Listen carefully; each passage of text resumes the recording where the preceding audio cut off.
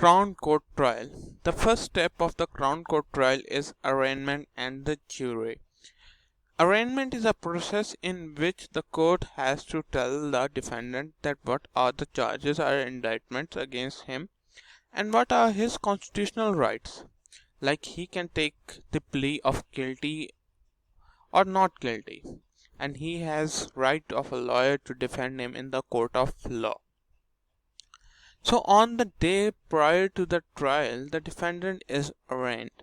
For example, the indictment, that all the statements of the charges, is read to him by the clerk of the court, and he is asked to plead guilty or not guilty.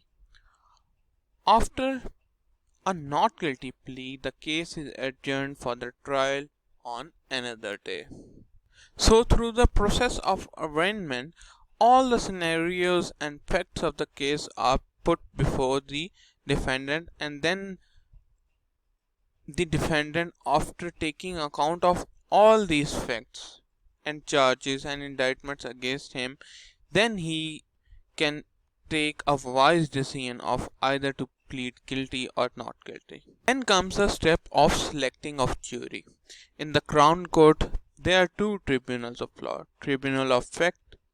Facts are to be decided by the jury, and the law and the questions of the law are to be decided by the court.